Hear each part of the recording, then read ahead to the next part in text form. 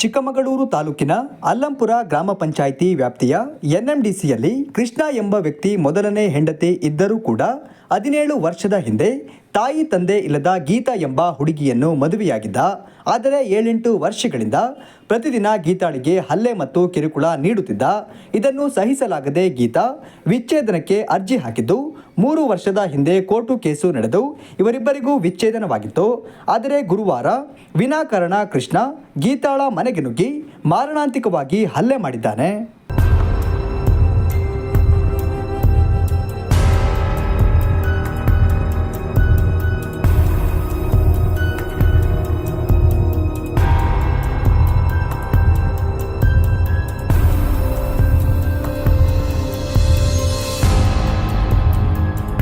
ಕೂಡಲೇ ಗೀತಾ ಅಲ್ಲಿಂದ ತಪ್ಪಿಸಿಕೊಂಡು ರಸ್ತೆಗೆ ಓಡಿ ಬಂದರೂ ಕೂಡ ಬೆನ್ನು ಬಿಡದೆ ಅಟ್ಟಾಡಿಸಿಕೊಂಡು ಹಲ್ಲೆ ಮಾಡುವ ವೇಳೆ ಸ್ಥಳೀಯರು ಬಿಡಿಸಿ ಗಾಯಗೊಂಡಿದ್ದ ಗೀತಾಳನ್ನು ಜಿಲ್ಲಾಸ್ಪತ್ರೆಗೆ ಕರೆದುಕೊಂಡು ಬಂದು ಚಿಕಿತ್ಸೆ ಕೊಡಿಸಿದ್ದಾರೆ.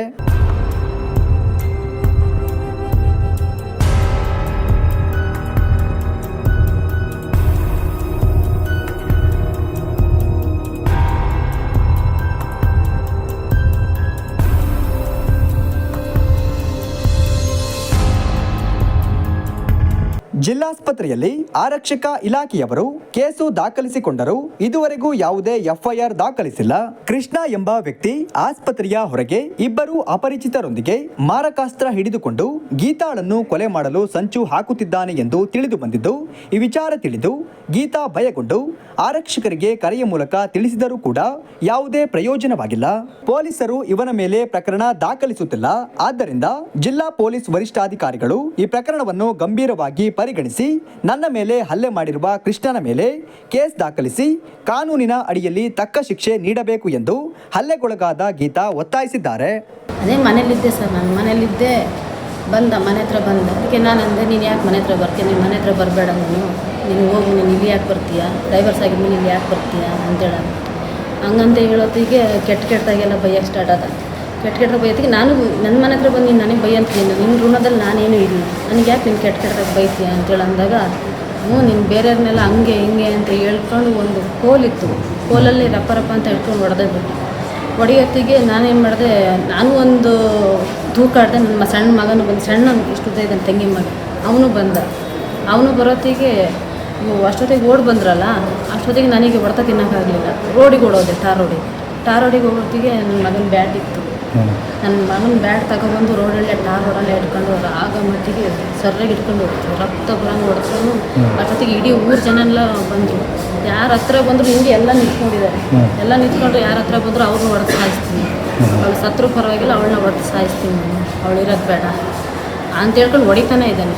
ಅಷ್ಟೊತ್ತಿಗೆ ನಮ್ಮ ಚಿಕ್ಕಪ್ಪರು ಓಡಿ ಬಂದು, ಈ ಥರ ಅಷ್ಟೊಂದು ರಕ್ತ ಬಂದು ಆ ಥರ ಸಾಯಂಗೆ ಹೊಡೆದಿದ್ದು ನೀನು ಯಾಕೆ ಹೊಡಿತಿದ್ದೆ ಅವಳಿಗೆ? ಅವಳು ಬೇಡ ಅಂತ ಬಿಟ್ಟಿದ್ಮೇಲೆ ನೀನು ಯಾಕೆ ಹೊಡಿಬೇಕು ಅವಳಿಗೆ? ಅವಳು ಬಿಟ್ಟೆ ಇಷ್ಟು ವರ್ಷ ಆಯ್ತಲ್ಲ, ಅವಳ ಪಾಡಿಗೆ ಅವಳು ಜೀವನ ಮಾಡ್ಕೊಂಡಿದ್ದಾಳೆ. ನಿನ್ನ ಹತ್ರ ಬಂದು ಏನು ಕೇಳಿ ನಿನ್ನ ಮನೆ ಹತ್ರ ಬಂದು ಜಗಳ ಮಾಡ್ತಿಲ್ಲ, ಅವಳ ಮನೆ ಹತ್ರ ಬಂದು ಯಾಕೆ ಜಗಳ ಮಾಡ್ತಿದ್ದೀಯಾ ಅಂತ ನಮ್ಮ ಚಿಕ್ಕಮ್ಮನೂ ನಮ್ಮ ಚಿಕ್ಕಪ್ಪನ ಬಂದು ಜಗಳ ಮಾಡಿದ್ರು. ಆಮೇಲೆ ಇಲ್ಲ, ಅವಳು ಹೊಡೆಸಾಯಿಸಿದ್ರೆ ಅಷ್ಟೊತ್ತಿಗೆ ಮನೆ ಹಂಚು ತೆಗೆದು ಅದ್ರಲ್ಲಿ ಬೀಸಿ ಹೊಡೆದ. ಅದು ಏನಾಯ್ತು, ಇಲ್ಲಿಗೆ ಇಷ್ಟು ಕೊಡ್ತಾಗಿತ್ತು, ಇಲ್ಲಿ ಸೊಂಟ ಗಿಂಟಕ್ಕೆಲ್ಲ ಆಗಂಬಿಟ್ಟು ಎಷ್ಟು ಆಗುತ್ತೆ ಅಷ್ಟೂ ಕೆಳಗಡೆ ಬಿದ್ದಾಗಿದೆ. ಆದಷ್ಟು ಹೆಂಗಸರು ಬಂದುಬಿಟ್ರು ಅವ್ರನ್ನ ಬಂದರೂ ಅವ್ರಿಗೂ ಹೊಡೆಯೋಕೆ ಹೋಗ್ತಾನೆ. ತಂಗಿ ಮಗುಗೂ ಒಂದೇಟು ಹೊಡೆದ. ಎಷ್ಟು ಹೇಳ್ರು ಬಿಡುತ್ತಾನೆ ಇಲ್ಲ. ಆಮೇಲೆ ಹಂಗಾಗೋತ್ತಿಗೆ ಅಷ್ಟಾಗೋತ್ತಿಗೆ ಆಮೇಲೆ ನಮ್ಮ ಚಿಕ್ಕಪ್ಪನ ಎಲ್ಲ ರೋಡ್ ಬಂದು ಕಿತ್ಕೊಂಡು ಮತ್ತೆ ರೋಡಲ್ಲಿ ಹೊಡೆದ್ನಲ್ಲ, ನಮ್ಮ ಚಿಕ್ಕಪ್ಪರ ಮನೆ ಹತ್ರ ಕರ್ಕೊಂಡು ನಮ್ಮ ಚಿಕ್ಕಪ್ಪರ ಮನೆ ಹತ್ರ ಕರ್ಕೊಂಡು ಹೋಗೋತ್ತಿಗೆ ಅಲ್ಲೂ ಹಿಡ್ಕೊಂಡು, ಅಲ್ಲೂ ಇಡೀ ಊರು ಜನ ಸೇರಿಕೊಂಡ್ರು ಸಮೇತ ಅಲ್ಲೂ ಹಿಡ್ಕೊಂಡು ಹೊಡಿತಾನೆ ಇದ್ದಾನೆ.